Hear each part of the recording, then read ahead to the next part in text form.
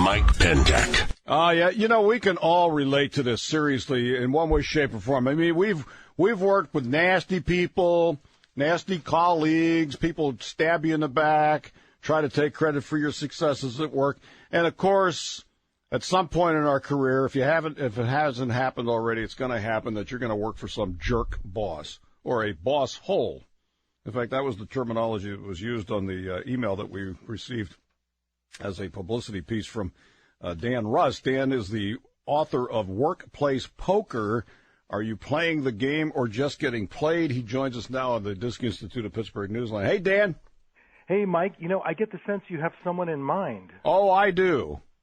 But just to be clear, in fact, I was talking to my boss today, Jim Gracie, who is a very nice man. We've known each other for so many years, and I walked into his office and I said, by the way, since you're the boss, I hope you're not going to be offended because we're going to talk about boss holes today. He says, well, you're not referring to current management. I said, no, actually, I'm not. But there are some people that I do have in mind. Absolutely. Absolutely.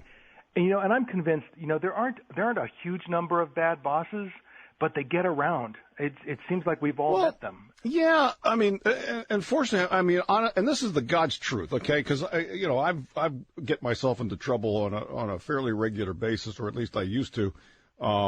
But the simple fact is the people that I work with right now, seriously, are some of the best broadcasting people that I've ever worked for. And that starting off with our program director, Jim Gracie. But I could tell you some stories about some idiots who have no clue, since I work in radio, how to program a radio station. Okay? And I've worked, and on top of that, just nasty people. Which brings me to this, before we get into some of your tips, because I do want to get into that and about the politics. But here's what I'm thinking. Tell me what you think of this. That there are people who are in high positions. They may be CEOs or they may be in middle management. I don't care. But they're psychopaths. They just don't kill people. But they kill their spirit. They kill their careers. And take a little bit of, or maybe a lot of, pleasure from the activity. Sadistic. Sadistic types of people. They're psychopaths. So you agree with me? Well, I agree they exist, and I agree there are more of them than just sort of a rare breed. And I think one of the challenges with the actual psychopaths is they're really good at the game. Mm-hmm. They play it like a chess game. Yes, they do. And one of the things that makes them really good is they are so emotionally disconnected from the rest of us. They can read us. They kind of understand what's happening, the ebbs and flows of relationships. They figure out our weaknesses. And I guess I do have to acknowledge that the workplace psychopaths are pretty good at the game they play. Well, and they have no remorse. There's no conscience. They don't care who they hurt and who gets in the way and who they have to take down. It's just the difference between them and the serial killer out there is that the serial killer is actually physically killing a human being versus the office psychopath or the CEO boardroom type psychopath, which is killing a person's spirit and killing their livelihood and their careers typically. Well, and I think, unfortunately, one of the dynamics that takes place is these folks early on figure out that it's not their talent or their hard work that's going to accelerate them. It's this other set of skills. Mm-hmm. Yeah. And many of them don't have much talent. And over the years, you know how when you have your first couple of tough jobs in radio, you learn a lot. I'm laughing because I totally agree with you on that, at least in this business, but I'm sure it's true in all these businesses, right? Well, yeah, these folks don't necessarily learn a lot in their early years because they're not doing the hard work, but they still accelerate in terms of their careers because they've learned this other game. So, and it's unfortunate. So are you suggesting that we go all Game of Thrones in the workplace? No. In fact, what I'm not only suggesting, and I'm not basing this just on my opinion, I reached out and I talked to a ton of people who I knew were really good at the game, but in more of a positive way. People that I knew had dealt with backstabbers, had dealt with boss holes, had dealt with crazies in the workplace. And I wanted to figure out, okay, well, what did you do? Was it blind luck, or how did you do it? And in those conversations and through the stories that they shared with me, what I came to understand is that there are people, they're not common, but there are people who play the game equally as well as the psychopaths. In fact, you could even say they play it better because they don't come off as game players. People don't think of them as self-promoters. They just think of them as really cool colleagues that we like to work with. But in fact, those folks are strategizing, they're thinking, they're reading the lay of the land. And so in gathering up those stories and kind of peeling the layers away to figure out, okay, well, what did you actually do? That's really where the book came from, is gathering up all of those practical tips and ideas. Okay, to be totally honest with you, and I know I'm not alone. Many of us don't want to play politics. We just want to do our job. We want to get paid. We want to get paid well. We want to advance in our careers, and we don't want to mess around with the politics of the office. And you seem to be implying here, so I ask you up front. You're saying we're wrong. We're not doing it right. I'll tell you, Mike, as you're saying it, I'm raising my hand agreeing. I don't want to either. The whole thing feels a little distasteful, but the hard lesson I learned, and it took me well over 10 years, was that it's not a game that you can opt out of. It's like sitting at a poker table where your chips are being thrown into the pot every hand, and you're just going to say, well, no, I'm not going to play the game. Well, then you're going to lose. You can't opt out because in the workplace you're working with people. People are flawed. People have odd, strange dynamics sometimes. Even people who are really well-intentioned are not always easy to work with. So the game is being played, whether you step forward or not. All right, we're going to take a break. Traffic is coming up. We'll take a break for our sponsors, and I want you're going to have the floor here. I want you to give us some examples of what you're talking about of how to play and play the right way, and how to deal with the nasty coworker and the boss hole. Okay. Great. So I know 5 minutes or so is not going to be enough time to cover all of that, but that's why you have the book, right? I'll talk fast. Okay.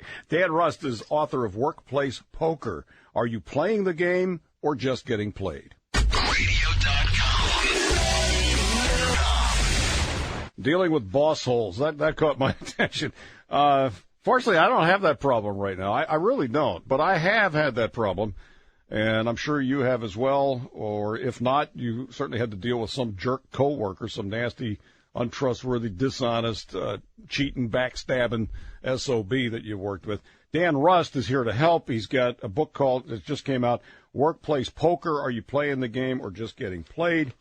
And a little I was looking at your background here, and I just want to cover this very quickly, and I mean really quickly. You are the founder of Frontline Learning, international publisher of corporate training resources, and you also did corporate training. You were a consultant for 30 years, right? Absolutely. So you know what you're talking about, we presume. Oh, you know what? I've been on the front lines. Both. I work a real job. I have a boss. I have performance reviews. I've been in hundreds of companies. Working directly with the folks on the front lines. So in fact, a lot of the stories in the book come directly from that experience. All right. So you say you got to play politics. Well, you don't want to play politics in the office, but you got to. Otherwise, you're an idiot, right? I mean, you're not going to get ahead. That's much, but I understand. The reason most people don't is because they play it so poorly. Who wants to play a game if you suck at it? Okay. So give us some examples of playing it well versus playing it poorly. Well, I'll give you an example of just a story that actually was not in the book, because in the book Workplace Poker, I wanted to include only stories where everything had sort of been completed. Either the situation had occurred and in the end things worked out, or in the end things crashed and burned. But at least it would be a kind of complete end-to-end story. And I had a woman I was spending some time consulting with regarding her career, and she was in a tough spot. She'd taken a job as a new marketing manager for a high-end architect. He was the owner of a high-end design firm, and had a huge brand recognition in the city they were in. And when she went to work for this person in the firm, she was told that they were looking for someone to be a leader. And when she started bringing projects to be approved or expenses to be approved, the owner said to her, I don't want to be approving, this photographer or that situation, or I want you leading. So she took the reins and she started spending money because she'd been told to not keep bringing everything to him for approval. And about 3 weeks later, he walks into her office, furious because she had approved a couple of photographers that were going to photo some completed projects, and he wanted to know who approved this. And he just ran her up and down because she had approved the budget for these photographers. And what she told me was that ever since then, it was like a crazy place, because if she brought things in for approval, he would basically say, oh, why are you forcing me to do this? You should be doing this.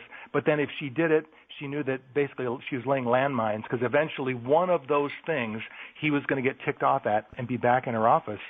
And then the final part of this is she confided in a coworker at this office, and was trying to figure out, how do I deal with this person? And she didn't understand that the person she confided in had a close relationship with the owner, and basically ended up going to the owner saying, hey, she's complaining about you behind your back, which made things even worse. So she was in, just a no-win. Yeah, so situation. the moral of that story is what exactly? Well, so my first question to her was, why do you want to work there? And obviously it's driving you nuts a little bit. Is it worth it? And there are times where it's worth it, either because of the pay or because the unique opportunity to get more experience or more connections. And what she said to me was, given the industry she wanted to work in, being an employee of this particular firm for at least 2 or 3 years was going to be great for her resume, great experience, great connections.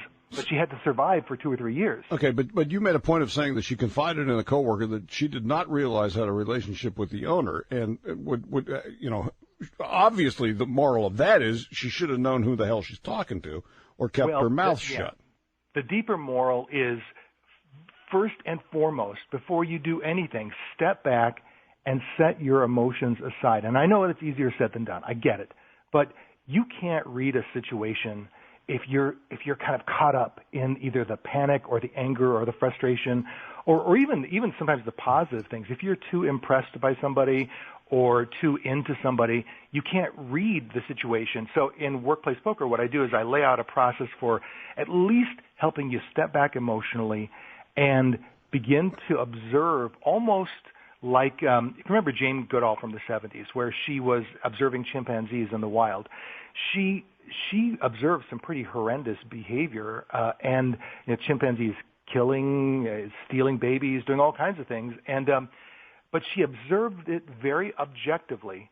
And so I use that as an example of step back, observe the behavior. And what I said to her is, take a couple of weeks and just set aside all of the anxiety and observe. Observe what the boss does.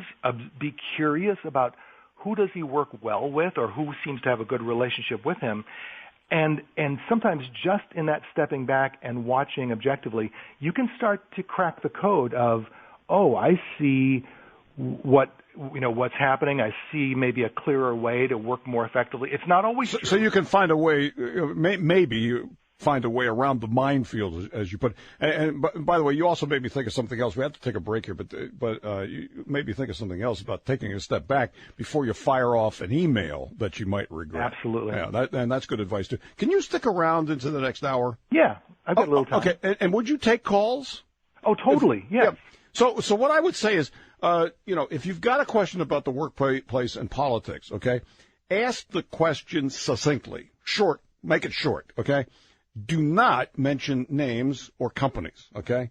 Because I am definitely not going to let you get us into a slander or lawsuit of some sort because you blurted out somebody's name or the name of the company. So we're not doing that, okay? But if you have a question for Dan, dial it in at 866-391-1020 or send it to us on our Dollar Bank Instant Access email, instantaccess@kdka.com. And we are back with Dan Rust, the author of Workplace Poker. Are you playing the game or just getting played? Dan, we only have 2 minutes before this break, so this has to be real quick. But you mentioned this woman, and you said something about you. The question you asked is, why do you want to work there? And which implies, in a way, maybe the answer in some of these cases is, okay, I shouldn't be working here. I should just quit. How do you know if that's the right answer?